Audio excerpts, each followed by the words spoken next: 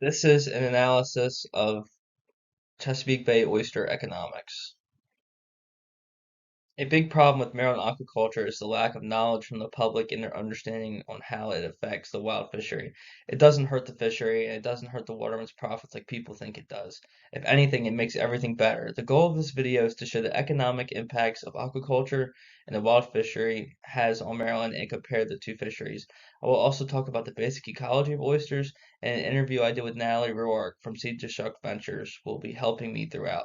Throughout the slides, I will be providing citations from where I received the information. In the beginning of this video, I'm going to go over the basic biology of oysters and why they're important to the base ecology. Then I'm going to go over what oyster aquaculture is. Once the aquaculture is defined, I will go over the data and statistics about oyster aquaculture in Maryland.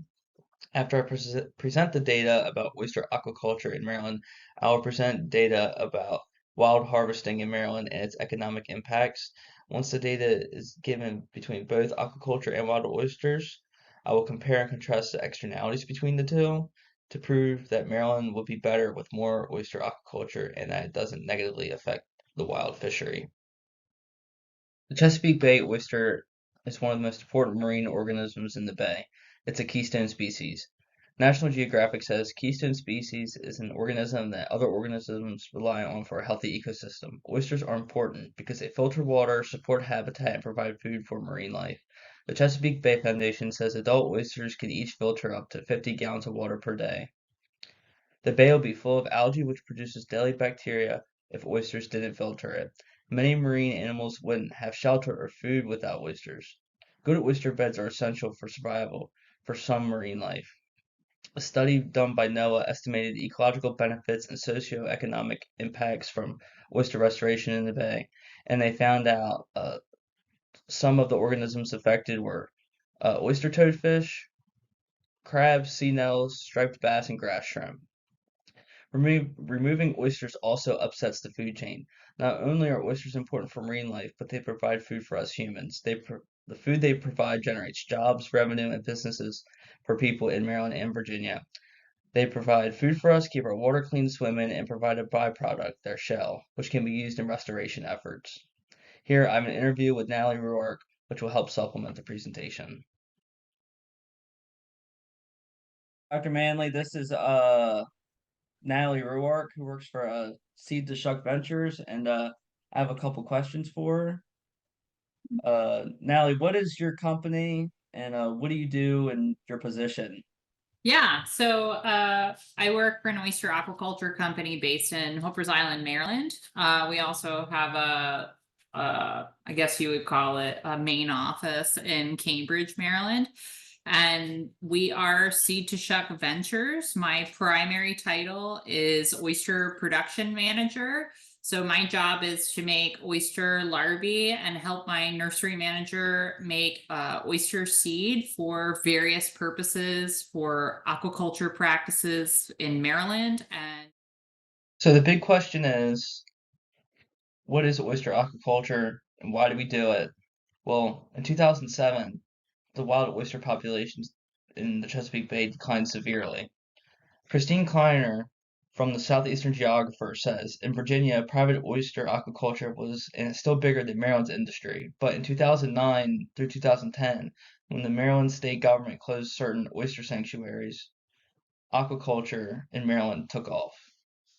Aquaculture oysters are oysters that grow on an oyster farm. The process of an oyster farm is oysters start their lives in an oyster hatchery where the oyster larvae are produced from a select adult oysters. 1 million larvae on average sells $400 to $600 per million. Then the larvae are grown into oyster seed at an oyster nursery where they can be seen as small as a pencil eraser and as big as a quarter. These oyster seeds can be sold at multiple different prices and at different price quantities. They are then sold from the nursery to the farm where they grow until they are market size. That is the basic aquaculture overview, but some businesses are different than others. Here is Natalie Roark with her business, Seed to Shuck Ventures.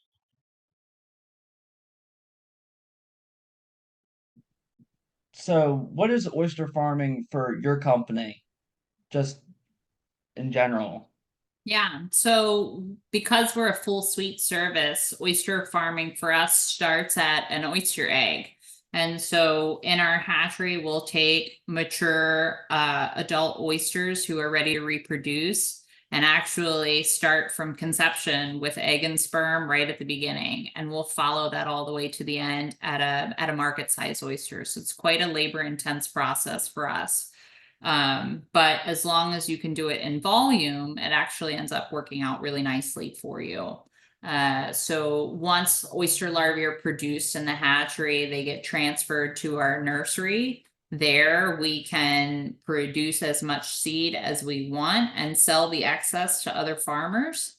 Generally speaking, when our farm is operating, we try to have at least 1 million oysters on hand at any given time, with about 25 to 30% of it ready for market harvest at any time. We do a couple different methods of grow out to farm our product.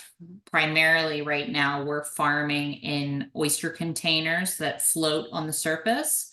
And that gives us a couple advantages. One, at the surface, microalgae, the food that oysters eat, is more dense because the sunlight is allowing for more phytoplankton to be present at that, striation of the water column.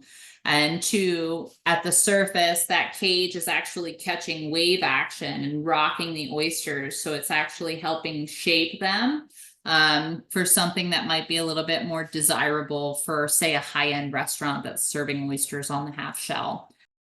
The economics of farmed oysters is different than wild oysters. Wild oysters can be harvested from October until March, the wintertime, and farmed oysters are available year-round. James L. Anderson from the Department of Resource Economics at the University of Rhode Island says, entry of competitive aquaculturists increase natural fish stocks, reduces price, and increases total supply. Farmed oysters are highly regulated by the state of Maryland. All the data I've collected about the 2021-22 harvest is from the University of Maryland Extension. In 2022, 94,000 bushels of farmed oysters were reported to the state, which went up 4.5% from 2021. The average price per oyster sold dropped, but the price per bushel increased. The value of dockside oysters from aquaculture total in Maryland was 7,290,000 in 2022. The dockside value of aquaculture oyster bushel was $62. The price per oyster can range from 30 cents to 55 cents. Many things can affect the supply and demand of farmed oysters. They can be eaten and sold year-round, but they are sold more often in the months that wild oysters cannot be obtained. Some of the issues oyster farmers run into that can hurt the supply are bad water quality, hard to obtain seed, and severe weather. Bad water quality makes them die, and if there isn't much oyster seed to buy, then there aren't any oysters to grow. And bad weather makes it hard to work on the oyster farm and can ruin oyster equipment. A major problem that can affect wild and farmed oyster supply is disease. The two major diseases that can cause oysters to die are MSX and dermo, but it varies year by year. On this graph, you can see here the water column harvest. That's what Natalie was talking about in the previous video, where they have them in oyster floats, and the submerged land harvest is where they throw them overboard and they dredge them up later.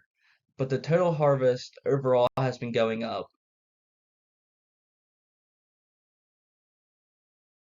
Some other things that can impact the demand of farmed oysters are cheaper wild oysters, taste preferences, and costs.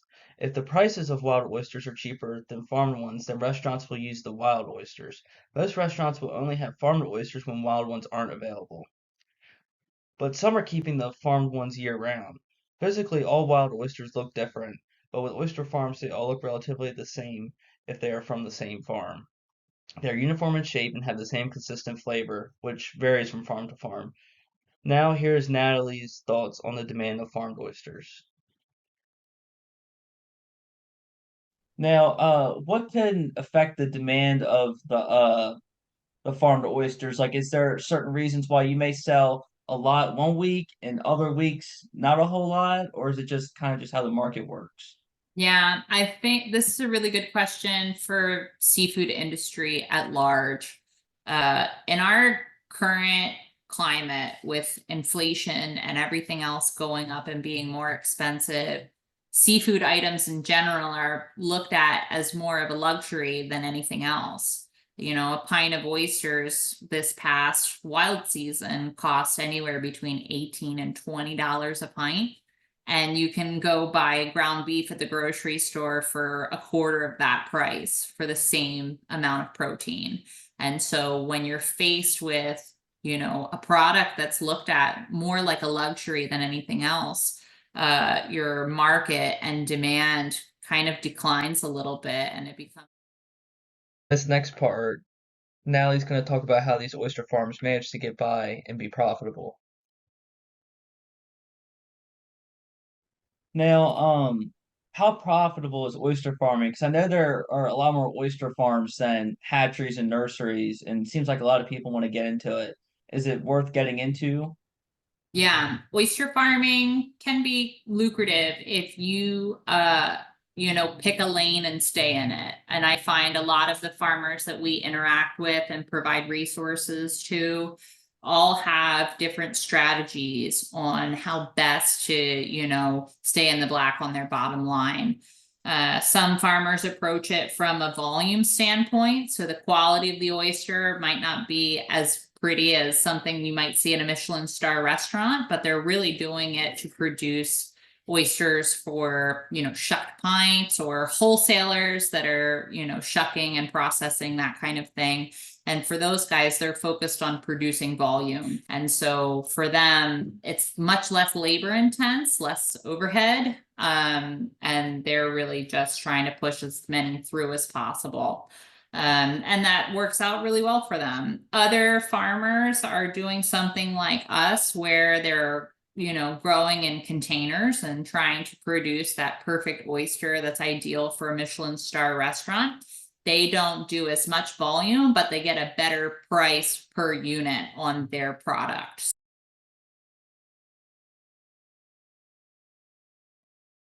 Without the wild oysters, you wouldn't have aquaculture. So now I'm going to go over the economic effects of the wild harvest. First, I'm going to go over the supply. The wild oyster harvest in the Chesapeake Bay varies year by year. Many things play a factor into the wild harvest, which is the supply. Major things that affect the wild supply are disease, which are dermo and MSX, oyster reproductive success, and government regulations. The diseases kill oysters, which decreases supply. Every year, the weather conditions are differently, so the oyster population is going to have varying reproductive success. And government regulation changes every year, so that changes the supply in the market on how much the watermen are allowed to sell to one another. Supplying the materials in order to do the oyster harvest is expensive as well. So, having the availability of diesel fuel and the varying price of it could change how much motivation the watermen want to go out and catch it. Is it going to be worth it? Is the diesel fuel going to cost too much? And there are some substitutions for Chesapeake Bay wild oysters. There are Chincoteague Bay oysters, and there are also oysters from the Gulf of Mexico. Now I'm going to go over the demand of wild oysters. The demand for farmed oysters doesn't really change that much year to year, but with farmed oysters now becoming more popular, it's getting to be where people can eat farmed oysters year round, which could increase the demand of the wild oysters in the winter months because they want to change it up from the farmed ones. This creates an elastic demand for the oysters because substitutes are given for both. But oysters aren't the most desired seafood, they are an acquired taste. Here you can see on this graph, the oyster harvests have been going up as of lately, but I'm going to go in more depth on the next slides. As you can see here, the oyster harvest has gone down dramatically. The data and figures I'm going to show are from the Chesapeake Bay Journal, most of them are, and they are all traced back to the Maryland Department of Natural Resources. So in 2 years ago, their season from October 2021 to March 2022, uh, around 500,000 bushels of wild oysters were caught. And this previous year, the 2022-2023 season, over 700,000 wild oyster bushels were reported. And you can look back at the previous graph to be able to reflect on that. Next, I'm going to go over the externalities. Now it's time to talk about the positive and negative externalities between both aquaculture and the wild fishery. So some common positive externalities for both the wild harvest and aquaculture are positive economic growth. They provide jobs in rural areas, and it provides a sense to keep your water clean. The watermen don't want to work in terrible water, and aquaculture doesn't want to work in terrible water either. Some negative externalities for both. They can both harm the environment if not properly following the rules and regulations, which hurts water quality and disrupts habitat. But there's some positive externalities for aquaculture. It creates more jobs in rural areas. It can help better the water quality where the oyster farm is. But some of the negative externalities for aquaculture are higher taxes and some government mismanagement. And some negative externalities for wild harvest are removes wild oyster populations, and it's just not a sustainable way. It's hard work for little pay, and I really couldn't find anything positive that comes out of working on the water from the wild fishery other than, you have a job. And there's one thing I wanted to note that oysters do provide more than food and shelter. Jonathan H. Grabowski from the Bioscience Journal says that 1 hectare of an oyster reef could be worth $5,500 to $99,000. Uh, Not only are the oysters worth money, but the shoreline they provide also is very important. My final conclusions, as you saw on the aquaculture graph, since 2012, aquaculture has been on the rise without slowing down in Maryland, but the wild harvest goes up and down every year. It's inconsistent. The wild harvest creates varied prices every year, and the harvest isn't going up like aquaculture is. If you compare the wild oyster bushels caught in 2022, it was 700,000, but the aquaculture, it was 100,000. It's really two different markets because they sell at different times of the year as well. Aquaculture mostly sells when wild oysters can't be harvested. I think we need to keep doing aquaculture because there's more consistent catch rates, less harm to the environment, and as the quantity goes up, the prices will fall. And since the opposing oysters sell mostly at different times of the year, it won't interfere with one another. And here are my citations, which I will also link in the description below.